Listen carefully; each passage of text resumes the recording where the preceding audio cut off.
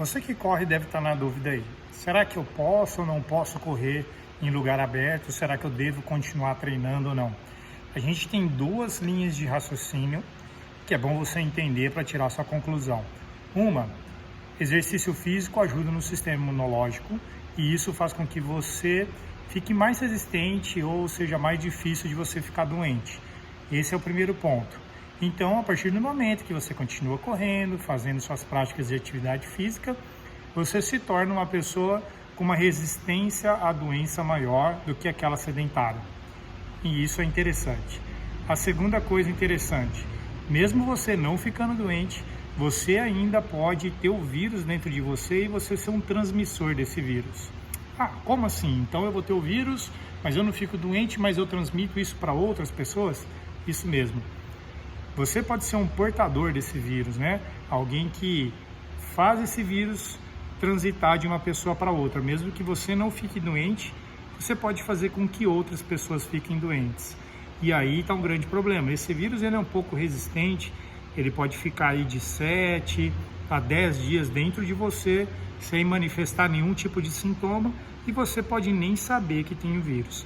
Então, alguns posicionamentos sobre a prática de atividade física ao ar livre. Ainda não temos aqui no Brasil uma restrição grande quanto a isso. Talvez em São Paulo alguns lugares já começaram a restringir isso, mas em alguns lugares na Europa é totalmente proibido sair mesmo para fazer atividade física. E na Europa ainda, em alguns outros países ou nos Estados Unidos ainda é permitido as pessoas saírem para fazer atividade física. Isso porque tem duas grandes coisas aí envolvidas. Uma é a própria saúde física, né? Então, nesse aspecto de manter a atividade para não contrair a doença. E a outra são os aspectos emocionais. Muitas pessoas em época de confinamento começam a ficar verdadeiramente loucas. Muitas vezes não no sentido de surto psicótico, mas começam a ter algum tipo de transtorno emocional, começam a ficar mais depressivas, começam a ficar mais irritadas, e aí vocês estão confinados dentro de casa, com familiares, você tende a ficar mais irritado ou nervoso com algumas coisas, e você começa a ter alguns transtornos emocionais.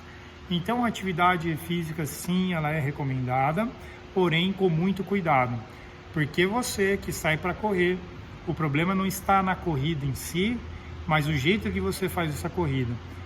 Necessariamente você deve correr sozinho, evitar correr acompanhado de outras pessoas. Se você cruzar com outros corredores que mantenham uma distância ali, eu sugiro de 2 metros de distância, porque quando a gente corre a gente também exala muito o ar, é normal, né? É próprio da corrida se aumentar a ofegância, então isso também exala saliva, partículas de salivas no ar, pulveriza a sua saliva no ar. Isso deveria ser evitado. Cuidado, porque algumas práticas, quando você sai para correr, se você mora num prédio, você vai pegar elevador, você vai pôr a mão no elevador, você vai pegar o carro, você vai tocar o seu carro, você vai abrir o portão da sua casa, do seu condomínio, você vai pôr a mão onde alguém pôs a mão.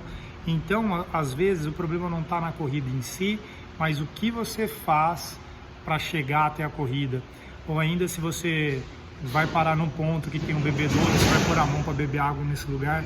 Então tomem cuidado com isso. A corrida em si, ela é benéfica, vocês devem continuar treinando, mas tomem o cuidado de como vocês vão chegar no local de treino e se vocês estão correndo sozinhos.